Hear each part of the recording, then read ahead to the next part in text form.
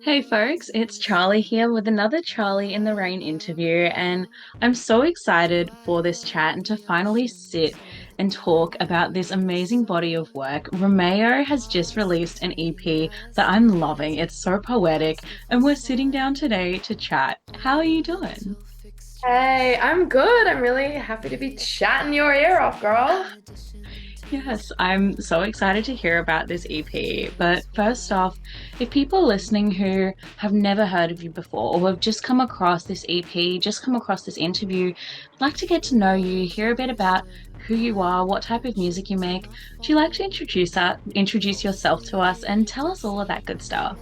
Yeah, so I am based in Nam and I am a songwriter, producer, mix engineer. I make art pop, which sounds like an ambiguous term to people who may not be familiar with it. But basically, it's like I love pop music, I love a good chorus, I love a good hook, but kind of blend that with experimental, idiosyncratic tendencies, kind of like, I guess, the art pop legends of right now, like FK Twigs, Caroline Polachek, which is all that kind of good stuff that's just has just a little bit of weird in it, which is, I guess, how I would describe it. And my new EP, Eternal Recurrence, just came out last week. Um, and that's, yeah, it's like a concept EP. It kind of moves between trip hop, there's like a drum and bass moment, there's kind of dark, moody alt pop moments. Yeah, over 5 tracks. Yes, oh, I love it. Honestly, it feels like as soon as you you put the headphones on, you go to listen, it's like a whole new world. And then like at the end of those 5 tracks, you kind of just like, oh, like wait, where am I? Like where have I ended up from this journey? But I love it. As I mentioned before, it's so poetic. I just keep getting drawn in. Can you tell us a little bit about this EP? What does Eternal Recurrence mean to you? So, Eternal. Okay, wait. First of all, thank you for those kind words. I'm glad that it's so world immersive. Mm. Eternal Recurrence is like a thought experiment, which is like basically it's a way to think about your life. Like, what if every single thing happened infinitely? So, like, if when you died, you like respawned and your whole life played out as it was. Um, and this is kind of used as a tool to help you like make choices that you will be satisfied with. And also when things go wrong or not how you want them to go, um, or whatever, and kind of accepting that and accepting where that leads you and embracing that Mm. wholly. And it's, yeah, I guess it's an approach to life that I have been trying to adopt over the last year. Trying being the operative word. Um, and I think it's an interesting idea. And I guess I was thinking a lot about this when I was writing, and I was writing heaps of music that was toying with that idea in and of itself, but also like bringing it into practical situations. So like I think, you know, especially now in like as much of an issue I take with it or whatever, but online therapized language, you see like behavioral patterns or emotional patterns in others and in yourself, and you can opt to repeat these forever and be stuck in that way, or continually attracted to a certain type of person that makes you feel not so good or whatever. Am I going to be stuck in these patterns forever, or am I going to break free and like create new ones or build new pathways for myself? So the Mm. EP is about that, and the different presentations of that, I think. Yeah. I love that so much. It kind of feels like when you were saying that, something just like clicked. Because that's like such a thing. Like the way you're saying, like, that's the way you're trying to like live your life with that mentality. I'm a strong believer in the like the like idea that everything happens for a reason. Like it might not be a good reason, it might not be helpful for you right now, but it's going to lead to something that makes more sense down the track. And everything you're saying just kind of like it clicked. I'm like, that's why I'm loving this so much. Yay. Yeah, exactly. It's like, and you kind of have to have faith in that. Yeah. Um, like, I'm not really interested. I don't care whether that's true or not. I believe that, and I'm going to like live my life with that because, um, like I want to feel affirmed and assured in my life, and also like have that. Um, it's like it's embracing the chaos and knowing that I don't have control, but what I can do is like um have faith that there is like purpose and reason to this. And it's like even like comes into so many plays like even something that my a friend said to me like a couple months ago in regards to um like relationships, and she was like, you know, just because you were meant to meet someone doesn't mean they were meant to be in your life. But it's like, well, everything happens in there has to be some, I believe there has to be some kind of like energetic purpose to it all. So yeah, I'm glad that that kind of like resonated with you. That's cool. Yeah, absolutely. Oh, now I just feel like I need to sit down with the EP again with this like this it feels like a missing puzzle piece. That feels so like complete now to me. Awesome. Yeah. But yeah, and I'm really intrigued by this whole like art pop genre you're leaning into because yeah, there's such a clean cut image of what society believes is pop music, but that also like morphs so much over time. But leaning into this, it's like your lyricism is like you're leaning into such like a bigger picture. It's so rich. I'd love to ask if you had any like driving influences and inspirations musically that contributed to Eternal Recurrence, whether it was like something you sonically drew in or whether it was just something you were listening to that has so far removed from the project, but it was just with you at the time. Mm, I think yeah, it's I kind of had a few aesthetic worlds that I listened to a lot, and then I was like interested in kind of drawing from and blending, which is always my kind of favorite thing to do. I feel very like genre fluid and free, and I think that's what art pop enables. Is it's like, yeah, there's a chorus, or yeah, there's like pop sensibilities, but there's so much like fluidity within that. Um, and I think, yeah, like I think there's obviously like quite a lot of trip hop and trip hop adjacent influences, like Massive Attack's album Mezzanine. I mean, it doesn't get much better than that for me as a record.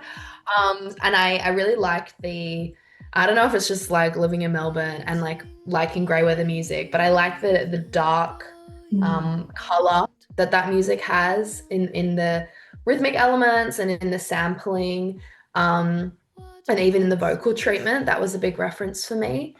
Um, so there's like that whole world, and then there's kind of the um like kind of experimental electronic kind of IDM slash dance music world. I really like um I don't know how you say it, like drum, DJ Rum. He's really cool, and this kind of like floating points world of instrumental electronic stuff, and thinking about I think like how an ambient music, really thinking about structure and removing structure, um, or playing with it. Like I wanted to play a lot with the idea of a slow burn on this record. So like yeah, this a slow release, which is yeah, again kind of like a dance music thing, like taking your time to get to the opening or the drop or whatever. So that kind of again, it's all these kind of aesthetic ideals that I think like conceptually I kind of draw from.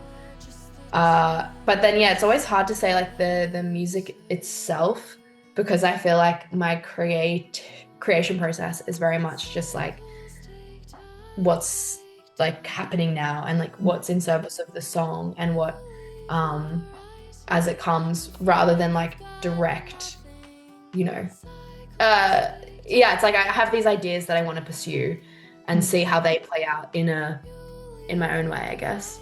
Yeah. Yeah, I love that. I absolutely love that. And then also, we were discussing before, like I'm a big reader. I love when there's like literary influences that like inspire or even get like embedded into the tracks.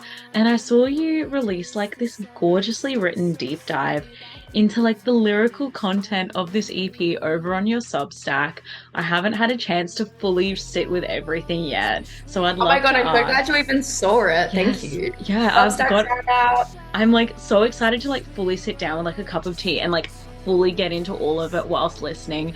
But I Mm. haven't had the time to do that yet. So I would love to ask if there was like any of these like literary references or influences or anything from that you'd like to share with us today. Yeah, of course. Of course, I want to talk about that. Yeah, I definitely find a lot of yeah, that's the thing as well. It's like I have a lot of musical inspiration, but again with their like aesthetic attraction, it's I kind of pull from a lot of different artistic worlds when I'm writing. And well, I guess like the opening track, we could talk about that one. The opening track of the record is called Raid the Naker. Mm, And that title and kind of idea came from well, first of all, the nacre is like the mother of pearl, so that's the mm, like iridescent part of a shell, like in an oyster shell or something.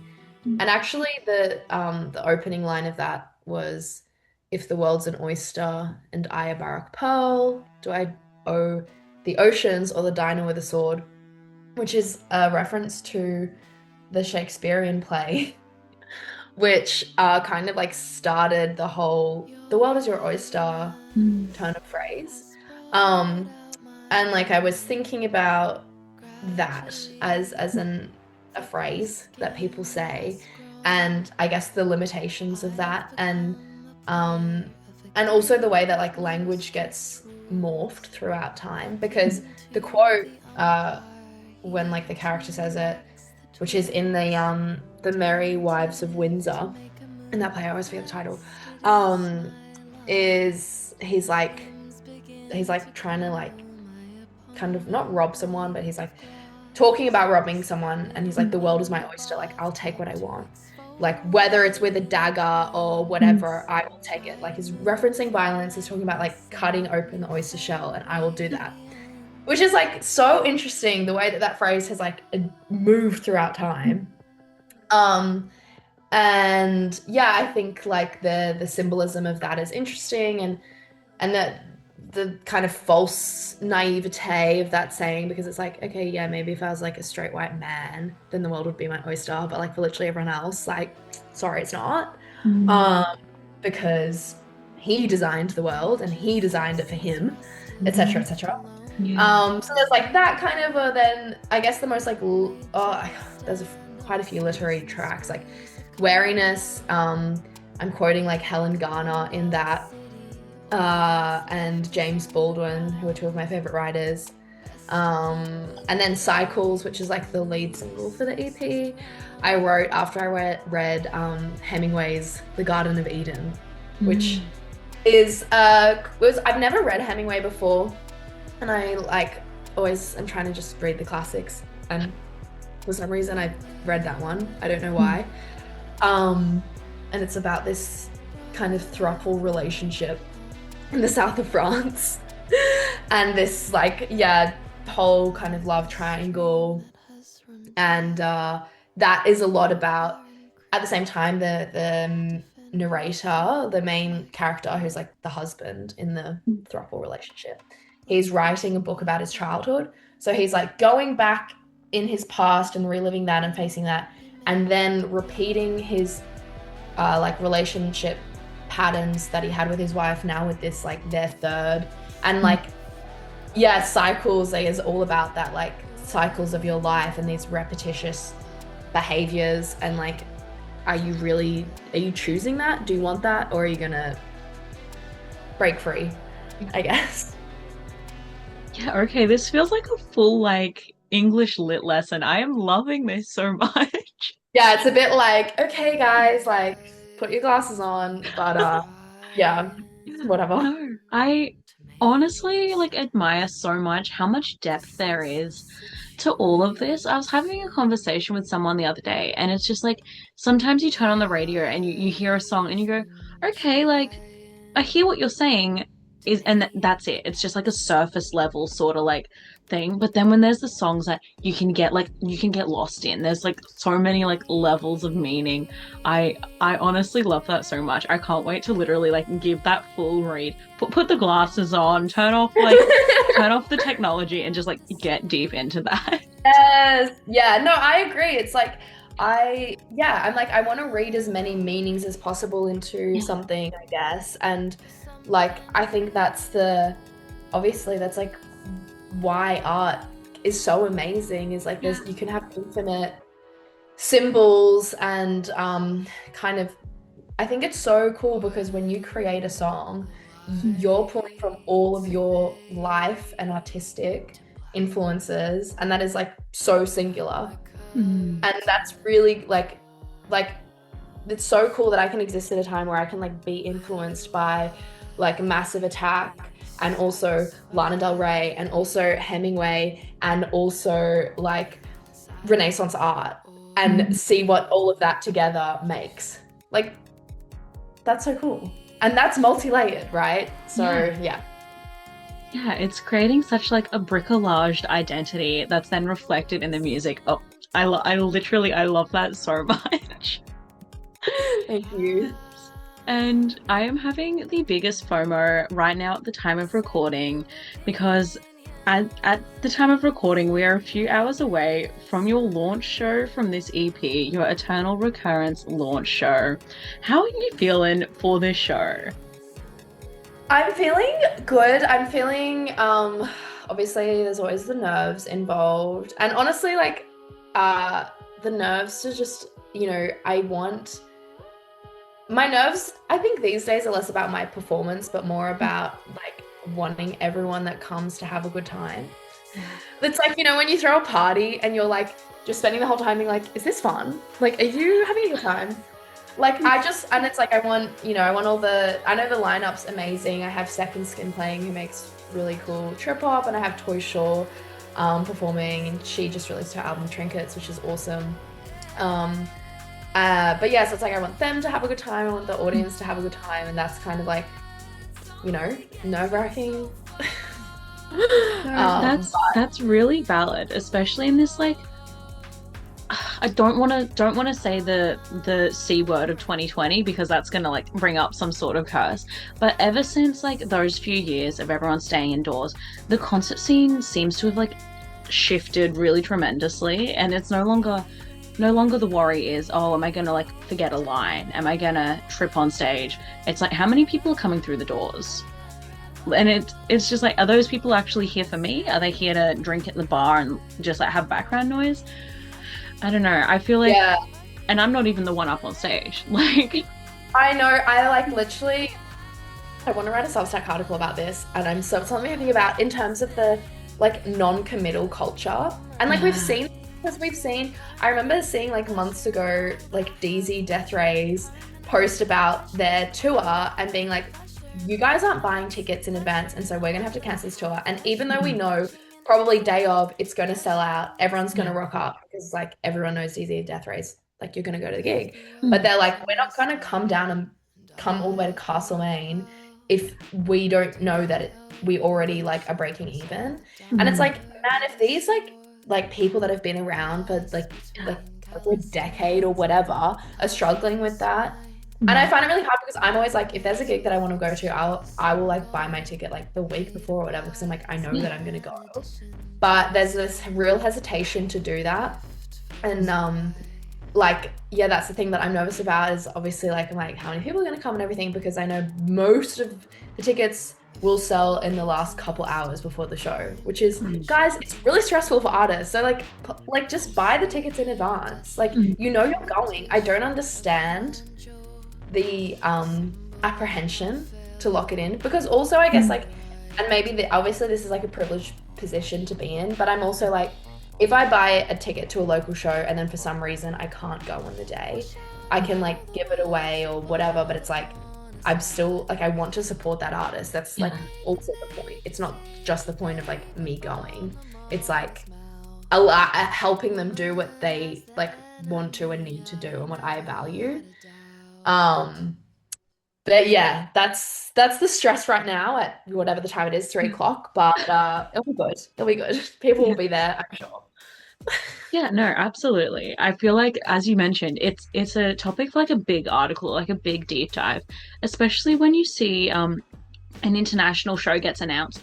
People are there in lines trying to get the tickets, like watching the millions of people in that like Ticketmaster, Ticketek queue. Uh, And it's like, okay, like, can we bring this same energy over to like our smaller ticketing providers for our smaller shows and our smaller venues? Because these artists are making music that's like just as good or even better than these international acts, and people just aren't getting around it. Literally, exactly. It's like you can book your ticket for something like 6, 8 months in advance. Yeah. Like book the gig for next Friday, bro. Like Mm. I don't, yeah, I'm very intrigued and like I think this like non-committal to your local scene and local community is like at odds with most people's principles. And Yeah.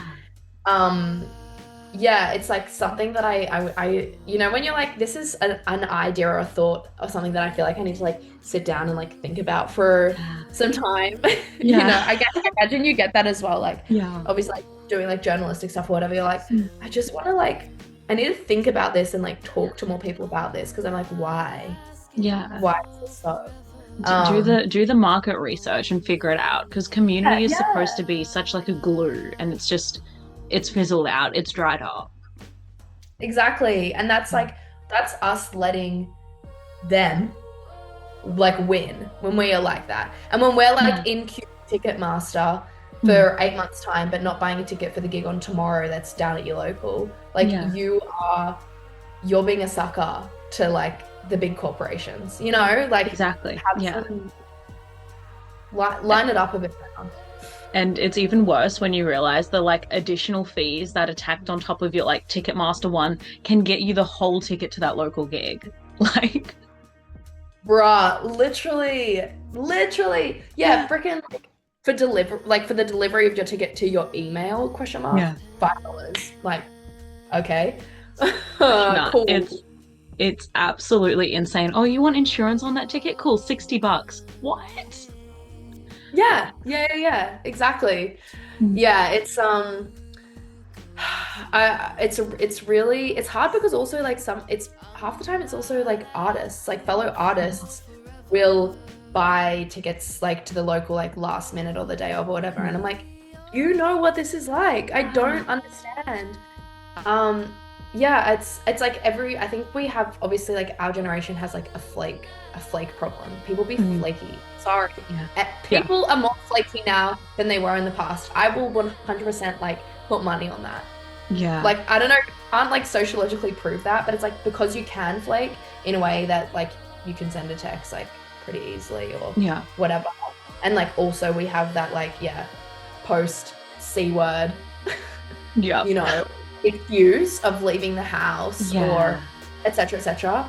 And something that I think another whole oh god, you literally got me down a rabbit hole there. It's like when people are like, oh, I don't think I'm gonna go to the gig tonight, like I'm feeling tired. And we have, I think, culturally and society wise, we have this Mhm. like thing that like if you're tired, you need to stay at home and watch Netflix. Oh, And this is like yeah. part of individualism. And it's like that's Yeah. not going to make you feel rested. You know what makes you feel rested is like being in community and Mhm. seeing art and like Yeah. getting outside of yourself. And you don't have to like go out for a long one. You also don't have to drink if you go to a gig. You can Yeah. go sober. You can watch one act. You can be there for 1 hour. But Mm. like that's actually going to nourish your soul in a way that like scrolling TikTok and being on Netflix is not. Hmm. Yeah, it gets it no it that's so real. It gets down to the point where it's like, you know what, if I'm not like putting effort into anything, I must be like recharging.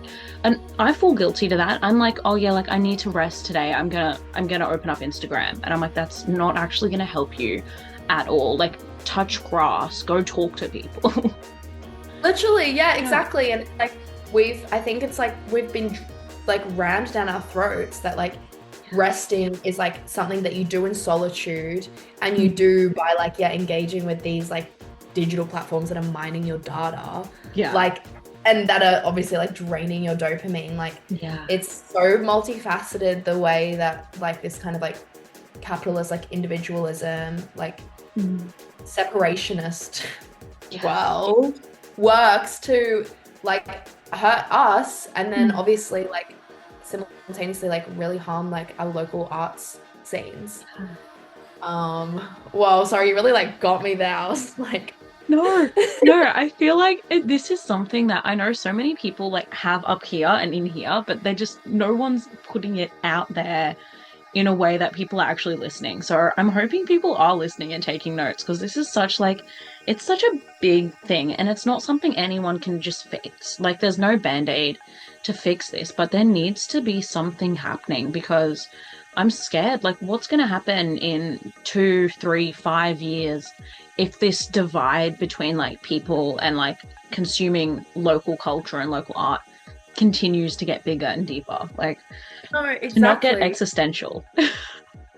No, honestly, I so feel that. It's like, yeah, we have to as like as people that are passionate about it and Mm. think and feel these things, we have to act with integrity and kind of practice what we yeah think or feel or know. And yeah, do the kind of like uncomfortable thing or go to the gig even if you don't really feel like it or whatever, because I'm sorry, we kind of have to if you Yeah. want things to change, Mm. you know? Yeah. Oh, absolutely. Honestly, I feel like we could talk about this for hours, and I feel like we probably will have Actually, to because there is just yes. so much in my mind right now. But Yeah. we're talking about heading out to shows. I would love to ask, I've never Mm. seen you live in concert before because Mm. unfortunately I live several states away and the local touring climate is not that kind to indie artists. But for people watching who haven't seen you live before or are just looking for that excuse to get out to the gig, can you tell us a bit about what we can expect from a Romeo live show? What are people missing out on if they didn't grab a ticket to tonight's launch show? A Romeo show always involves theatrics. Ooh. I will always make intense eye contact with my audience. Sorry, guys. Tonight, I'm gonna have we kind of do things differently a lot of the time around here. Tonight I'm gonna be playing with live cello. We Ooh. have bass. We have a special dancer, surprise act. Um, so yeah, it involves a lot of moving kind of different parts. Then I'm playing a show in Sydney towards the end of October. That will be with a drummer and bassist. So it's kind of always different because exactly like genre sonic fluidity. Mm. Um, but yeah, it's always very, I guess the overall word is theatrical, Yeah. which is feels funny to say, but it's true. No, I love that. It's like it's a full experience every time you go. And even if you go to like see 5 of your shows in a year or something, it's not just like the carbon copy, like here's the same set list presented to you in the same format. Because that can be fun, but it's also just like you're enriching the audience more. Yes. Yes, I'm always very conscious. I think because my music straddles quite a few different worlds, and Mm. like the artists that I play with straddle different worlds. So it's always I'm responding to the context, which is Yeah. fun. Yeah, I would say. Yes. Okay, I love that. And I would love to finish off our chat today by asking you my favorite question. We've been mentioning local artists, people you're playing with. I would love to take a sneak peek into your playlist and see which Australian artists, artists in your local music scene, everyone in between, have you been listening to and loving, and would love to give like the official Romeo seal of approval to and give a shout out to. Okay, I'm trying to like distill. I love Gaia Scarf. She makes amazing like indie folk kind of, but it's more than that music, and I've seen her live and listened to her recorded music, and that is awesome. I of course love Toy Shaw, who I'm playing with tonight. She does like country alt pop, Mm. which is a world rarely tapped into around these parts. So she's awesome. One of my favorite Melbourne bands is Dumbhead. Mm. They make sick trip hop and they have really good music videos as well, which I'm a music video lover. So they're awesome. Um, and I really like there's another local artist, Vesa. She does like hardware techno, which is Okay. really cool. So yeah, she has all like live electronic gear and does like improvised but directed techno. Great like party at the end of the night vibes. Mm. She's awesome. Okay, there's some names in there that I'm like have on my regular playlist. There's some names I'm yet to check out. So thank you so much for sharing those. My pleasure, of course. And yeah, I just want to say like a big thank you for sharing this EP with us and sharing these stories because I've been loving it and I feel like after this chat I'm going to be loving it even more now that we've put all those pieces together like inside my head. It is such like it's gorgeous, it's poetic. There's all these layers to it. As I said before, you put your headphones on and you kind of just like disappear into this world. I adore it. Thank you so much for sharing it with us. Thank you so much. I honestly, it means a lot. I know it's a kind of a, it feels like it exists in its own space and it's can be Mm. hard to place because of that. And it just means a lot to have people like you who are like ready to sit in that and kind of and take the time to enter the world. You know, I feel really grateful. So thank you so much.